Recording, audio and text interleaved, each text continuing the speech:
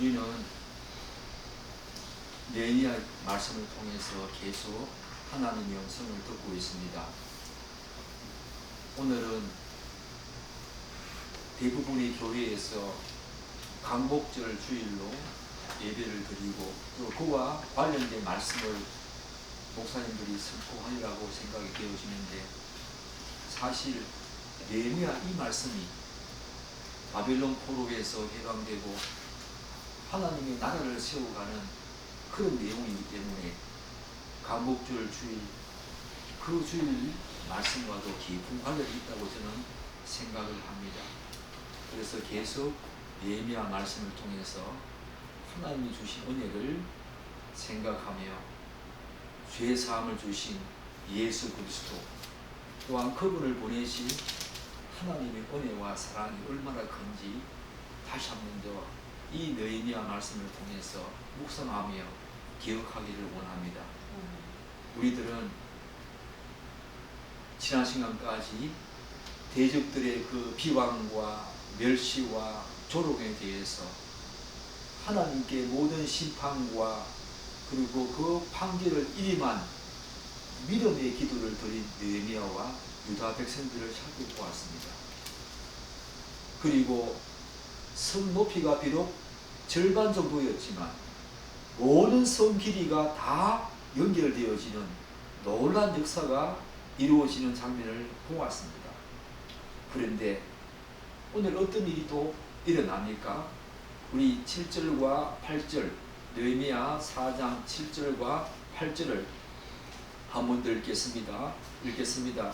산발락과 도비야와 아라비아 사람들과 암몬 사람들과 아스돗 사람들이 예루살렘 성이 중수되어 그 허물어진 틈이 메꾸어져 간다함을 듣고 심히 분노하여 다 함께 교회하기를 예루살렘으로 가서 그곳을 치고 의란하게 하자 하니로.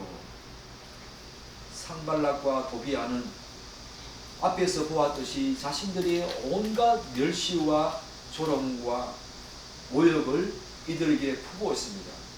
그럼에도 불구하고 유다 백성들이 계속해서 성벽 공사를 진행하자 몹시 분노했다라고 오늘 이야기를 합니다. 그리고 이에 대해서 좀 더 적극적으로 대응하기 위해서 이제는 북쪽에는 사마리아의 산발락과 도비야, 그리고 동쪽에는 암몬 사람, 남쪽에는 아라비아 사람들, 서쪽에서는 블레셋의 후손인 아스돗 사람들이 다 함께 힘을 규합해서 유다 백성들을 위협하고 대적하고 있습니다.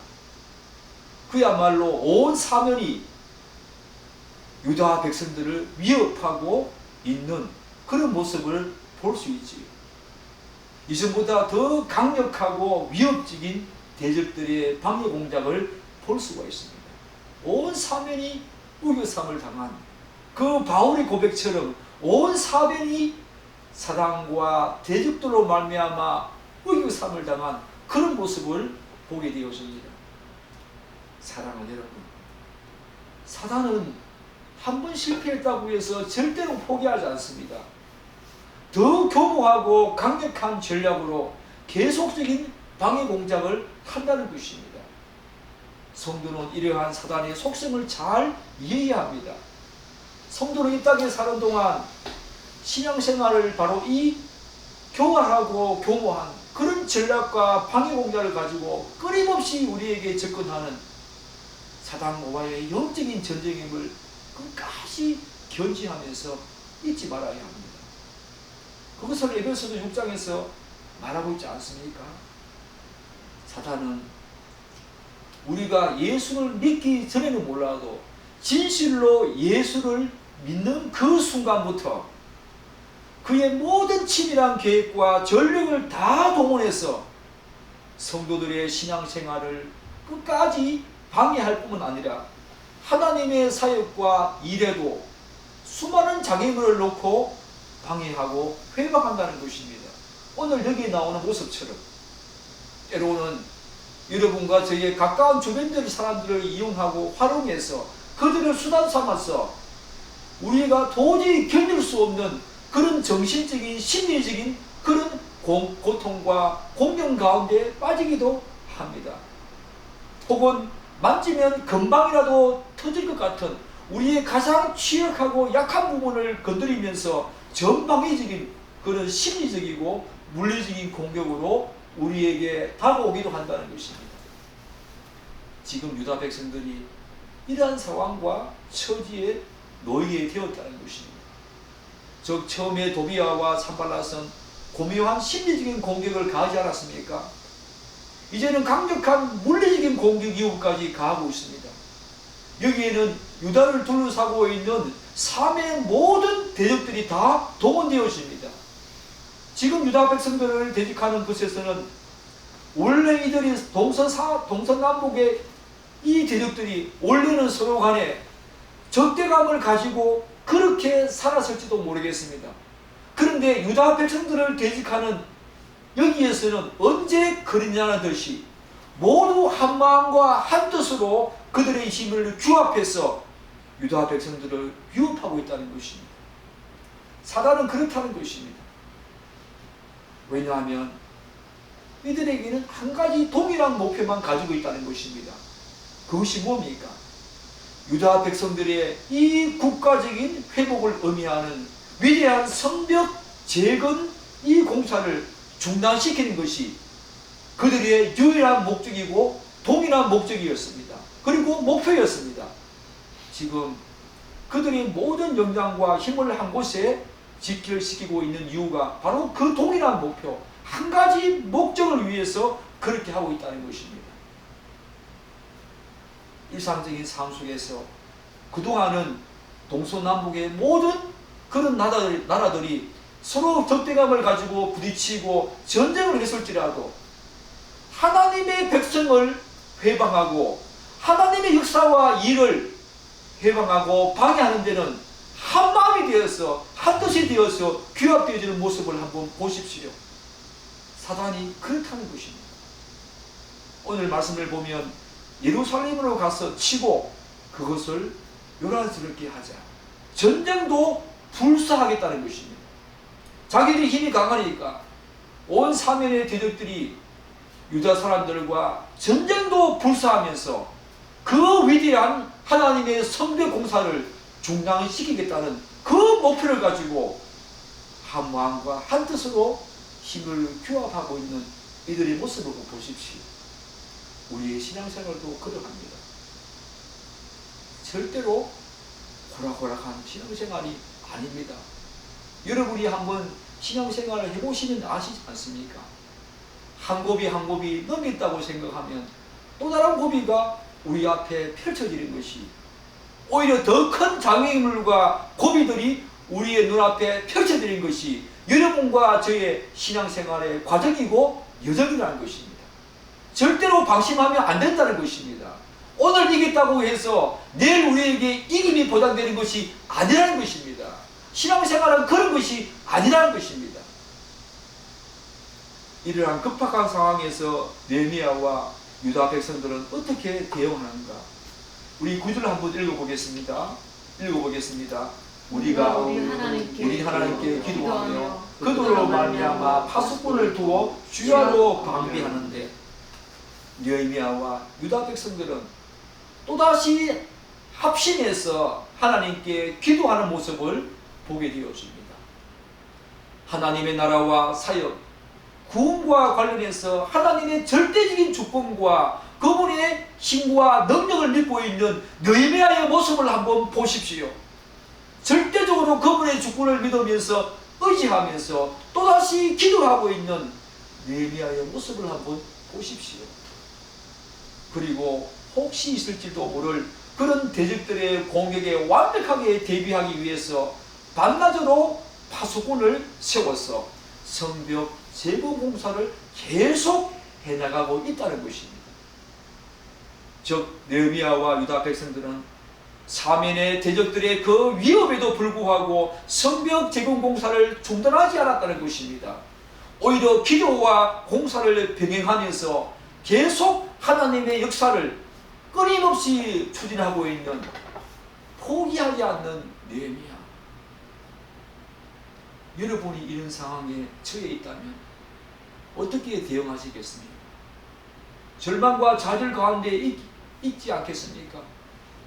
이제는 됐다 싶은데 또다시 다가오는 대적들의 모습들, 지칠 정도로 지치지 않겠습니까? 절망과 좌절감이 파도처럼 늘어오는 심령 속에 휩쓸려 오지 않겠습니까? 포기하고 싶은 마음이 들지 않겠습니까? 느헤미야는 오히려 하나님께 기도하면서 끝까지 포기하지 아니하고 자신이 할 수 있는 모든 지혜를 다 동원해서 하나님의 역사를 계속 진행하고 있다는 것입니다. 여러분과 저의 신앙생활도 그러해야 한다는 것입니다. 그런데 오늘 말씀을 보게 되어지면은 어느 순간부터 유다 백성들 사이에서 불길한 기운이 감돌기 시작합니다. 우리 10절 한번 읽어보겠습니다. 10절 읽겠습니다. 유다 사람들은 이르기를 흙무더기가 아직도 많거늘 짐을 나르는 자의 힘이 다 빠졌으니 우리가 성을 건축하지 못하리라 하고. 사랑하는 여러분, 잘 알다시피 지금까지 성벽 재건을 방해하는 중요한 요소는 무엇이었습니까? 바로 산발락과 도비아를 비롯한 외부적인 세력이었습니다. 그들의 회방과 그들의 대적이었습니다. 그런데 이제는 외부 세력들뿐만 아니라 내부적인 그런 요인까지 더해지면서 느헤미야는 지금까지보다 훨씬 더 심각한 그런 난관에 부딪히게 되었다는 것입니다. 이중고를 겪고 있는 느헤미야. 처음에는 외부적인 세력만 존재했습니다. 그런데 이제 내부적으로 성벽 중수공사를 더 이상 할 수 없겠다라고 하는 볼멘 소리가 여기저기에서 지금 쏟아져 나오고 있다는 것입니다. 외부적인 공격과 함께 내부적인 어떤 분열이 동시다발적으로 일어날 때 여러분과 저의 인간의 본성은 어떻습니까? 하나님의 일을 쉽게 포기하려고 하는 것이 우리의 본성입니다. 특별히 이러한 상황에서 인간은 하나님의 일을 계속 진행해야 하는 그런 이유보다는 오히려 중단해야만 하는 이유에 더 골몰하고 집중한다는 것입니다. 그리고 하나님의 일을 계속해야 하는 이유는 몇 가지밖에 찾지 못하지만 그만두어야 하는 이유는 수십 가지를 발견하면서 그런 필요성을 제시하면서 찾아가지고 하나님의 일을 그만두고 물러서고자 하는 것이 우리의 본성입니다. 결국 그때 인간은 해야만 하는 긍정적인 이유보다는 할 수 없다는 부정적인 필요성을 더 부각시키면서 그것을 덜 먹이면서 그만두려고 하는 것이 여러분과 저입니다. 지금까지 얼마나 그런 과정을 거쳐왔습니까? 지금까지 말한 이러한 인간의 본성과 경향성이 오늘 본문에서도 고스란히 드러난다는 것입니다. 외부적인 위협으로 인해서 유다에 있는 사람들은 다음과 같은 두 가지 이유로 성벽을 더 이상 중수할 수 없다. 계속 진행해야만 하는 이유보다는 이런 두 가지 이유 때문에 성벽을 더 이상 중수할 수 없다고 이야기를 하지요. 하나가 뭡니까? 성벽을 쌓기 위해서 짐을 나르는 사람들의 힘이 다 소진되었다는 것입니다. 더 이상의 힘, 더 이상의 여력이 없다는 것입니다. 그것은 정말 타당하고 당연한 일 맞겠지요. 지금 성벽 재건에 투입된 이 사람들은 성벽을 재건하는 그 일 외에도 아까 우리가 살펴보았듯이 밤낮으로 파수해야 하는, 성벽을 지켜야 하는 그런 일까지 덤으로 지금 더 해야 하는 그런 상황 속에 있지 않습니까? 더 힘들다는 것입니다. 그렇기 때문에 밤낮으로 파수꾼 역할도 감당해야 하기 때문에 그들이 감수해야 될 그 일은 예전보다 몇 배로 더 늘어난 것입니다. 더 이상의 여력이 없다는 것은 정말 당연한 사실이었습니다. 그리고 다른 한 가지가 뭡니까? 비록 성 전부가 연결되어졌고 그 높이가 반 정도 다 숭수되었지만 아직도 양사면에 보니까 쌓아야 할 흙무더기가 너무 많다는 것입니다. 공사량이 아직까지도 너무 많이 남았다는 것입니다. 주지컨대 유다 사람들이 더 이상 성벽을 중수할 수 없다고 말하고 있는 이 두 가지 이유는 느헤미야도 지금 그 말을 듣고 있는 다른 사람들도 혹은 성벽을 재건하고 있는 이 사람들도 옳거니 정말 저들이 말하는 것이 맞다, 타당하다, 합리적이다 라고 받아들일 만한 그런 사실이 아닙니까? 그렇지 않습니까? 지금 성벽 재건의 필요성보다는 성벽 재건을 그만둬야 하는 그런 어떤 문제가 더 크게 이들에게 다가왔던 것입니다. 마음만 먹으면 이제 그만두고 잠시 후에 다시 한 번 더 상황을 보고 다시 한 번 더 생각하면서 이 상황을 어떻게 해결할까 한번 고민해보고 성벽 재건을 해도 늦지 않겠다, 그런 생각을 가질 만도 하지요. 그런데 오늘 설상가상으로 11절 말씀을 한번 보십시오. 11절 말씀 함께 읽겠습니다. 우리의 원수들은 이르기를 그들이 알지 못하고 보지 못하는 사이에 우리가 그들 가운데 달려들어가서 살육하여 역사를 거치게 하리라 하고. 어떻습니까? 정말 이제 전쟁까지 불사하면서 성벽을 재건하고 있는 유다 백성들에게 이 3인의 대적들이 와서 그들 몰래 들어와가지고 살육하고 치자라고 이야기를 하고 있습니다. 그런 꾀를 내었다는 것입니다. 그러자 대적들의 그 근처에 있는 사람들, 12절을 한번 읽어보겠습니다. 그 원수들의 근처에 거주하는 유다 사람들도 각 세서 와서 10번이나 우리에게 말하기를 너희가 우리에게로 와야 하리라 하고. 대적들의 근처에 거주하는 유다 사람들이 성벽 공사를 하고 있는 곳에 10번이나 찾아와서 사람들에게 당신들이 어디로 어떤 방향을 돌리든지 대적들이 공격할 것이다 라고 말하면서 차라리 성벽 공사를 멈추고 우리에게 오라고 말합니다. 대적자들의 그 근처에 거주하는 사람들은 대적들의 어떤 군대 규모와 그들의 어떤 이동 상황들, 살기등등한 그들의 위협과 압박을 지척에서 보고 있기 때문에 다른 지역에 있는 사람들보다 훨씬 더 심각한 생명의 위협을 느꼈을 것입니다. 이런 이유 때문에 유다에 사는 사람들은 앞서 성벽 공사를 더 이상 할 수 없다고 말하는 이 두 가지 이유, 심각한 두 가지 이유와 함께 대적들의 그 위협이 거기에 따른 이 지점에서는 성벽 공사를 계속 진행하는 것보다 오히려 무리라고 하는 것이 그들에게는 타당한 말일지도 모르겠습니다. 그렇지 않습니까? 그런 말이 우리에게 들려지더라 하더라도 그래, 그 말이 맞구나. 저들의 요구와 저들의 말이 절대로 틀린 것이 아니고 과한 것이 아니다 라고 생각하는 것이 아마 대부분의 사람들, 느헤미야를 비롯한 성벽 재건 공사를 하고 있는 모든 사람들의 생각일지도 모르겠습니다. 성벽 공사를 감당하는 그런 당사자들에게도 대적자들의 위협은 굉장한 어떤 위협과 그리고 골칫거림이 틀림없지요. 그런데 가족들까지 찾아와서 그것도 오늘 보니까 10번씩이나 반복적으로 찾아와서 자신들의 고통과 고초를 말할 때 성벽 재건을 하고 있는 이 느헤미야와 유다 백성들의 마음은 어떠하겠습니까? 느헤미야와 백성들 성벽 재건을 하고 있는 그들은 그렇다고 치더라도 그들은 근근히 파수를 하면서도 성벽 재건을 계속 할 수 있다고 치더라도 가족들의 안위가 위협받고 있는 상황에서 대부분의 사람들은 마음이 약해지는 것이 그것이 바로 인지상정 아니겠습니까? 이러한 상황에서 유다 백성들이 성벽 재건 공사를 계속한다는 것은 정말 쉬운 일이 아니었을 것입니다.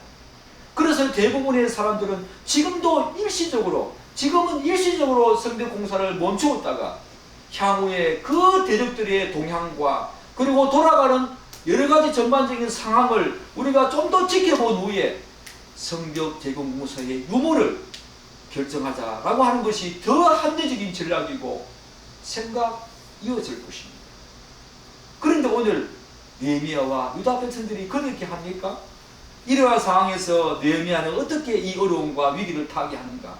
우리 13절과 14절을 함께 읽겠습니다. 내가 성벽 뒤에 낮고 넓은 곳에 백성이 그들의 종족을 따라 칼과 창과 활을 가지고 서 있게 하고, 내가 돌아본 후에 일어나서 귀족들과 민장들과 남은 백성들에게 말하기를, 너희는 그들을 두려워하지 말고 지극히 크시고 두려우신 주를 기억하고 너희 형제와 자녀와 아내와 집을 위하여 싸우라 하였느니라.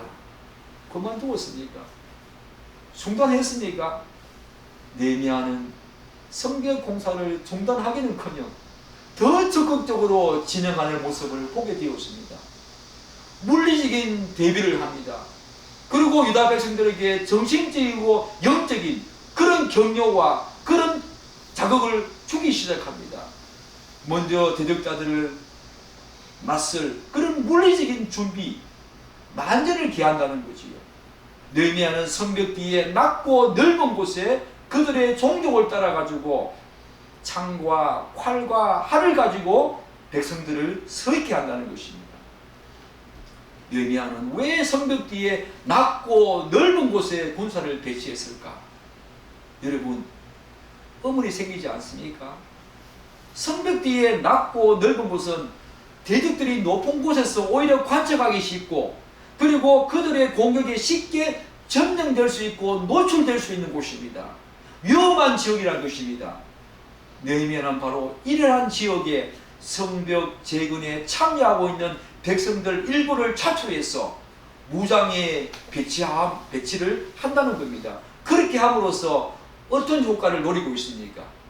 대적자들에게 그들의 공격에 유다 백성들이 느헤미야가 얼마나 철저하게 지금 대비하고 있는가, 얼마나 철저하게 방어하고 있는가를 그들이 보게 한다는 것입니다. 오히려 역으로 이용한다는 것입니다. 지형 지물을 지금 역으로 이용하고 있는 느헤미야의 지혜를 한번 보십시오.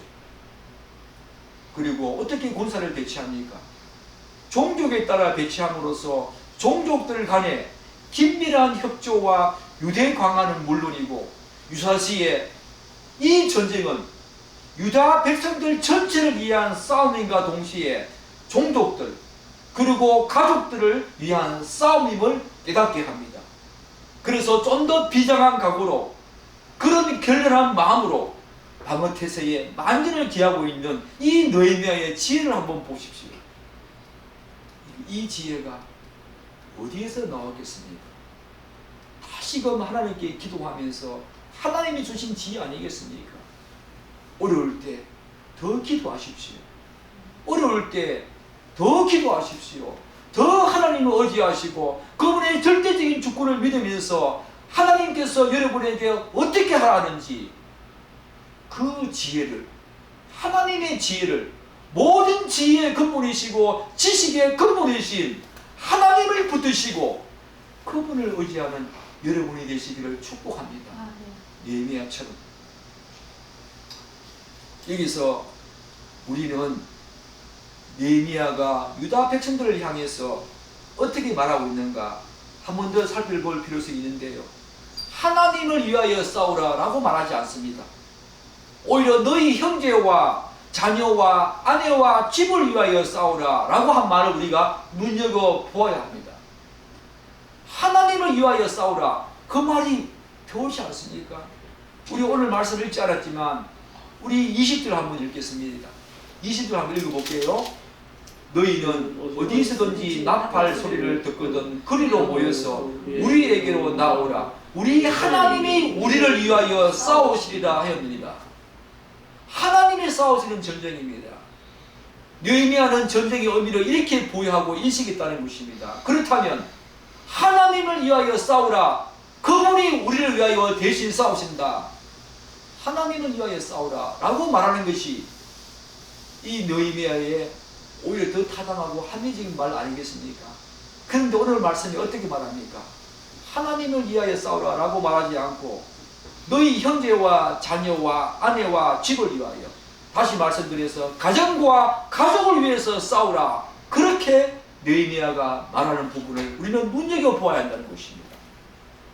느헤미야는 지금 가족과 가정을 위하여 싸우는 일이 곧 하나님을 위하여 싸우는 일임을 강조하고 있는 것입니다. 우리는 하나님의 사역과 일상의 삶, 즉 가족과 가정이라고 하는 일상의 삶을 자꾸 이분법적으로 구분하려고 하는 경향이 있습니다. 느헤미야의 말에서 한 가지 중요한 사실을 우리가 확인할 수 있지요. 그게 뭡니까? 하나님의 사역은 교회에서 혹은 하나님의 성전에서 하나님의 사역, 하나님의 일은 하나님의 나라와 교회와 관련되지만 일상의 삶은 하나님의 나라와 교회와 관련되지 않는다고 하는 이런 이분법적인 생각을 우리가 하고 있다는 것입니다. 그러나 일상의 삶, 특히 가족과 가정을 위한 삶도 하나님의 나라와 교회와 깊은 관련이 있는 하나님의 사역이라는 사실들을 오늘 느헤미야의 이 말씀 속에서 우리가 확인할 수 있다는 것입니다. 왜 그렇습니까? 사랑하는 여러분, 인류에게 주어진 최초의 교회가 어디였습니까? 가정이었습니다. 가정은 하나님께서 허락하신 최초의 교회이기 때문에 가정과 그 구성을 위한 삶이 곧 하나님의 거룩한 교회를 위한 삶인 것입니다. 가정은 최초의 사회의 조직이기도 하고, 성경적으로 본다면, 신학적으로 본다면 최초의 가정, 이 가정은 교회였습니다. 그렇기 때문에 가정과 가족을 위한 삶은 하나님을 위한 일, 그 길과 통일하다는 것입니다. 여기서 느헤미야가 가족을 위해서, 가정을 위해서 싸우라, 그 말은 바로 하나님을 위하여 싸우라, 그와 통일하다는 것입니다. 가정과 가족을 위해서 싸우는 것이 하나님의 일, 하나님의 나라를 위해서 싸우는 일과 하나님을 위하여 싸우는 일과 동일하다고 하는 느헤미야의 말을 우리는 잘 살펴보아야 합니다. 그런 측면에서 교회에서 여러분이 하는 하나님의 일이나 일상생활에서 여러분이 직장생활을 하면서 학교에서 열심히 공부하는 모든 것들이 하나님을 위한 것이다 라고 생각하는 그 인식이 우리에게 있어야 한다는 것입니다. 이분법적으로 교회에서 하는 일은 하나님과 관련되어지고 교회와 관련되어지는 일이지만 우리 일상은 그것과 아무 관련이 없는 그런 일이다 라고 생각한다면 안 된다는 것입니다. 그것은 성경적이지 않다는 것입니다. 어쨌든 느헤미야는 물리적인 준비 태세에 만전을 기한 후에 한 걸음 더 나아가서 유다 백성들의 정신적이고 영적인 부분을 고양시키기 위한 격려와 권면의 마음을 계속 이어서 진행하지요. 느헤미야는 군대 배치, 그리고 대적자들의 공격에 대한 여러 가지 준비 태세를 다 한번 둘러본 후에 귀족들과 민장들 그리고 유다 백성들에게 다음과 같이 설교하기 시작합니다. 우리 14절 한번 읽겠습니다. 내가 돌아온 후에 일어나서 귀족들과 민장들과 남은 백성들에게 말하기를 너희는 그들을 두려워하지 말고 지극히 크시고 두려우신 줄을 기억하고 되었습니다. 느헤미야는 하나님에 대한 분명한 인식과 지식을 가지고 있었습니다. 그분이 누구신지, 그리고 지금과 같은 절박한 상황에서 정말 성도와 느헤미야와 유다 백성들이 정말로 두려워할 대상이 누구인지를 그들에게 단호하게 지금 말하고 있습니다. 누구입니까? 느헤미야는 먼저 하나님은 지극히 크신 분이라고 선언하지요. 비록 이 상황 속에서 인간의 관점과 시각에서 보면 누가 보더라도 유다 백성들에 비해서 대적들의 그 능력과 힘이 훨씬 더 크고 강해 보입니다. 그렇지만 그것이 전쟁의 성패를 좌우하는 가늠자는 절대로 아니라는 것입니다. 인간의 능력과 힘을 능가하는 온 세상의 창조주시오 모든 열방의 왕이시며 온 우주의 통치자이신 하나님의 위대하심과 크심을 느헤미야는 지금 보라는 것입니다. 그리고 느헤미야는 그들을 두려워하지 말고 정말 우리가 두려워할 그런 분은 그들이 아니라 바로 하나님이라는 사실을 기억하라고 가능합니다. 여기서 기억한다는 것은 정말 중요합니다. 그런 하나님이라고 그냥 선포하지만 않고 그런 하나님임을 우리가 정말로 두려워할 대상은 바로 하나님임을 말하지만 않고 기억하라고 말한다는 것입니다. 그분이 누구신지 기억하라고. 왜요? 역사적으로 유다 백성들에게 하나님은 그런 분이었거든요. 느헤미야의 설교는 어떤 의미가 있습니까? 하나님께서 아브라함을 택할 때 그때부터 출애굽과 광야 생활과 가나안 생활과 바벨론 포로 생활, 그 수많은 이스라엘 역사 가운데에서 하나님께서 행하셨던 수많은 이적들, 그런 모든 역사를 우리가 상기해 볼 때 정말 느헤미야와 유다 백성들이 지금 두려워할 대상은 대적들이 아니라 하나님이라는 사실을 명확히 선포하고 있고, 그것 때문에 그분을 지금 기억하라는 것입니다. 사랑하는 여러분, 여러분들은 하나님이 두려우신 분이심을 기억하고 있습니까? 여러분의 삶 속에서 여러분이 죄악 가운데 있었을 때에 하나님과 좀 소원한 관계에 있고 하나님과 좀 멀리 있었을 때에 하나님이 여러분들에게 어떻게 하시는지 기억하고 있습니까? 저는 분명히 기억하고 있습니다. 저와 하나님의 관계가 조금 소원해지고 제가 그분을 멀리 있을 때에 저희에게 다가오신 그 하나님은 정말 두려우신 하나님이었습니다. 저희 모든 삶에 얼마나 그렇게 세밀하게 개입하시는지 저는 두려운 모습으로 그분을 많이 보게 되었습니다. 지금 느헤미야가 이스라엘의 그 모든 역사 가운데에서 하나님이 그들에게 행하셨던, 그들에게 축복도 주시고 저주와 심판과 형벌도 주신 하나님을 멀리 있을 때 그분이 유다 백성들에게 어떻게 하시는지 그 두려우신 분을 기억하라고 하는 것입니다. 그분이 어떤 분이신지 기억해야 한다는 것입니다. 그것을 생각한다면 오늘 이런 상황 속에서 어떻게 우리가 대처하는지 그 해결책이 나온다는 것입니다. 정말 느헤미야는 해박한 성경 지식과 하나님에 대한 영적인 깊은 이해 속에서 그런 체험을 가지고 있었던 사람이었습니다. 이를 토대로 극도로 위기감과 위협을 느끼고 있는 지금 이 유다 백성들에게 하나님이 누구신지에 대한 분명한 그런 인식을 갖게 함으로써 여전히 자신들과 함께하고 있는 그 하나님의 임재와 그분의 보호하심과 인도하심과 돌보심을 지금 부각시키고 있는 것입니다. 하나님이 그런 분이시다. 두려우신 분이시지만 그분을 기억할 때에 하나님은 반드시 우리와 함께 하시고 우리를 인도하시고 보호하시고 또한 돌보실 것이다 라고 하는 그 부분을 지금 부각시키고 있는 것입니다. 이 싸움의 주체는 인간이 아니었습니다. 이 싸움의 주체는 하나님이심을 강조하면서 그분이 시작한 역사, 성벽 재건 공사는 그분이 시작했고 그분이 계획하셨습니다. 인간은 거기에 수단과 도구로 사용되어질 뿐이지요. 그 싸움의 주체가 하나님이심을 강조하면서 그분이 신실한 자기 백성들을 반드시 지키신다는 사실을 잊지 말고 기억하라고 신신당부하고 있는 것입니다.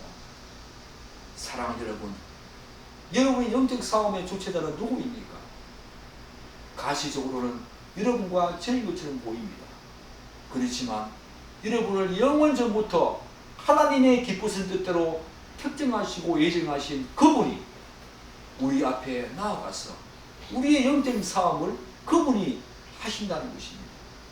우리에게 힘을 주시고 우리에게 능력을, 그런 권명과 그런 경륜을 통해서 계속 우리로 하여금 그런 영적인 싸움을 하게 하시는데, 실제로 그 싸움의 주체는 이미 이기신, 이미 사망과 근세와 죽음과 멸망을 이기신 예수 그리스도 그분 안에서 이미 승리하게 하신 하나님의 놀라운 그 역사가 우리의 영적 싸움의 주체자가 되신다는 거, 그거 잊지 말아야 합니다. 그거 잊지 말아야 합니다. 우리가 홀로 싸우는 것이 다 되라는 것입니다. 이 땅에는 여러분의 가까운 친척과 부모님이 다 떠난다고 하더라도 그분들보다 더 높으시고 더 위대하신, 더 두려우신 하나님이 우리와 함께 하신다는 것입니다. 그분이 모든 삶의 주체자이시고 우리의 모든 삶의 주인 되신다는 것, 여러분 그 사실을 절대로 잊지 말고 기억하시기를 축복합니다. 그 후에 느헤미야와 유다 백성들은 이제 다시 각 성벽으로 돌아가서 각각 자신의 일을 하게 되어진다는 것입니다. 여기에 대해서 15절은 우리에게 상당히 의미 있는 내용을 전달해 주고 있지요. 우리 15절 한번 읽겠습니다. 우리의 대적이 우리가 그들의 의도를 눈치챘다 함을 들으리라. 하나님이 그들의 꾀를 피하셨으므로 우리가 다 성에 돌아와서 각각 일하였는데, 사실 이 말의 의미가 우리 성경에는 잘 드러나지 않습니다. 영어 성경을 보면 15절 말씀을 어떻게 해석하고 있냐면, 우리의 대적들이 우리가 그들의 업무를 알았다는 것과 그리고 하나님이 그들의 업무를 좌절시켰다는 것을 대적자들이 그들이 들었을 때에 우리 모두가 다 성으로 돌아왔다, 이렇게 번역하고 있습니다. 이 내용에서 우리가 주목할 대목은 두 군데입니다. 하나는 대적들도 지금 진행되고 있는 이 위대한 성벽 재건 공사뿐만 아니라 이를 방해하고자 하는 자신들의 그 전술과 전략을 하나님께서 주도하셔서 그분이 좌절시켰다는 것을 이들도 알았다는 대목입니다. 성벽 재건 공사가 지금 느헤미야와 유다 백성들이 하고 있지만 그것을 주도적으로 하고 계신 분은 바로 하나님이시다. 1차적으로 그것을 알았다는 것입니다. 그리고 그 자신들의 그 방해와 회방, 그 모든 전술과 전략도 하나님이 다 알았다는 것입니다. 그로 말미암아 그분이 그들의 전술과 전략, 회방 공작을 다 좌절시켰다는 것을 이들도 알았다는 것입니다. 이것이 바로 중요한 것입니다. 오늘날도 마찬가지입니다. 우리가 하나님의 일과 역사를 감당할 때에 비록 겉으로 볼 때는 사람들이 계획하고 또한 진행하는 것처럼 보이지요. 그렇지만 그 모든 과정과 방법들, 진행되어져 가는 모든 세밀한 상황을 우리가 보면서 믿지 않는 사람들도 어느 순간에 그것이 인간의 힘과 노력이 아니라 보이지 않는 하나님의 손이 직접 주도하셔서 인도하시는 역사가, 그 역사이심을 인식하고 간파한다는 것입니다. 단지 세상 사람들이 말은 하지 않지만 그들의 생각 속에는 저런 일들은 저 사람의 노력과 힘이 아니라 보이지 않는 저들이 믿는 하나님의 역사에서 움직여지고 계획되어지고 실행되어진다는 것을 그들도 어느 순간에 인식하고 간파한다는 것입니다. 이것이 바로 중요한 것입니다. 모르지 싶지요. 그들도 다 합니다. 이것이 우리의 노력과 힘이 아니라 하나님이 하신다는 것을, 우리가 믿는 하나님이 하신다는 것을 그들도 인식하고 있다는 것입니다. 오늘 15절 말씀이 바로 그것을 우리에게 말해주고 있지요. 대적자들이 성벽 공사뿐만 아니라 자신들의 그 회방과 자신들의 그 방해 공작을 하나님이 다 아시고 하나님이 그들의 모든 방법들과 전략과 전술을 좌절시켰다는 것을 이들도 인정하면서 그 소리를 듣고 난 다음에 그것을 다 들었을 때에, 그들이 알고 있었을 때에 이제 유다 백성들이 각 성으로 돌아가서 다시 성벽을 재건한다는 것입니다. 사랑하는 여러분, 이 모든 것들은 하나님이 그렇게 하셨다고 고백하고 있는 부분들, 이것도 우리가 여기서 주목해야 되지요. 우리가 다시 이 부분에서 중요하게 다루어야 될 내용은, 느헤미야는 대적들을 대항하기 위한 모든 지혜와 전술과 전략과 방법을 자신이 직접 계획하고 실행했음에도 불구하고 그 모든 것들을 누가 하셨다고 말하고 있습니까? 하나님이 그렇게 하셨고 하나님이 그들의 그 뜻을, 꾀를 좌절시키셨다라고 인정하고 고백하고 있는 부분을 우리는 주목해서 눈여겨보아야 한다는 것입니다. 하나님의 절대적인 주권을 이 느헤미야는 기도하면서도 모든 일이 진행되어가는 모든 모습 속에서도 하나님의 절대적인 주권을 항상 인정하면서 그분께 감사하고 있다는 것입니다. 하나님의 나라와 역사를 감당할 때에 우리가 바로 견지해야 될 자세가 바로 이런 자세이고 이런 태도라는 것입니다. 우리의 구원과 무너진 우리의 신앙과 무너진 우리의 모든 어떤 조국교회의 모습들, 그리고 개인적으로 우리의 신앙의 구원과 성화의 과정에서도 하나님의 절대적인 주권과 인도하심과 그분의 보호하심과 그분의 주권을 믿고 받아들여야 한다는 것입니다. 따라서 우리는 이 지점에서 바울의 고백을 상기해야 할 필요성이 있죠. 내 주 그리스도를 아는 지식이 가장 고상하기 때문에 그를 위하여 모든 것을 잃어버리고 배설물로 여겼다고 말하고 있는 바울, 그리고 십자가 이외에는 사랑할 것이 없다고 고백한 바울, 그 바울의 고백을 기억해야 합니다. 여러분의 구원 어디서 온 것입니까? 여러분의 성화의 과정 누구에 의해서 진행되어지고 있고 누가 우리의 성화를 주도하고 있습니까? 여러분의 거듭남과 여러분의 회심을 누가 주도하셨습니까? 바로 절대적인 주권을 가지신 하나님, 그분이 그렇게 하신다는 것입니다. 느헤미야처럼 모든 하나님의 역사에서, 하나님의 일에서, 우리의 모든 구원과 관련된 그 모든 여정과 도정에서 하나님이 그렇게 하신다는 절대적인 주권을 인정하면서 저와 여러분이 신앙생활을 하시고 구원의 과정을 이루어가야 할 줄 믿습니다. 하나님이 하신다.